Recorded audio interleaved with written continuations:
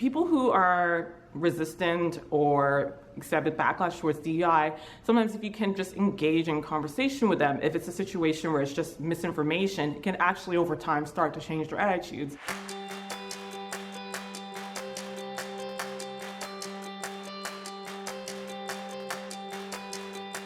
Hi, my name is Dr. Camellia Bryan. I am a Postdoctoral Fellow at GATE, and I research DEI backlash and resistance, along with ways of disrupting this backlash and resistance through encouraging members of dominant groups to reflect on their identities and learn. Originally, in my PhD, I did a lot of research on stigma, and I was really interested in understanding the perspectives of people who were often marginalized and sometimes not always feeling included in organizations. And it really made me, as I started to study it further, see that it's really important to get people who are marginalized, like people who have dominant groups in organizations, to get on board.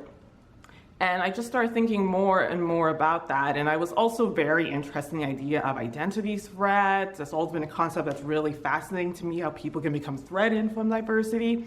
And it was actually, while I was researching that and I was still thinking about my dissertation, I actually was talking to a gentleman. He came from a very affluent, homogenous white community. It wasn't in Toronto. And he was talking to me about how he started to become more aware of injustices and why he cares so much passionately about diversity, because these were not concepts he had personal experience with. But what he told me is that when he came to Toronto and he started engaging in conversations with people, he said it was a huge epiphany for him. It was a shock, and I remember it was really animating when he told me. It blew my mind. I think we were in a park and he just told me that, and I couldn't forget it because it was just so interesting to me, because it really challenged a lot of what I've been studying about identity threat, about how it's really negative and it's really aversive, which it can be obviously in many circumstances. But for him, it actually made him want to learn. It actually made him want to engage in reflection and really rethink and question all of his upbringing and what he had been taught about certain groups and even taught about himself in society. And it just made me really want to unpack that whole process,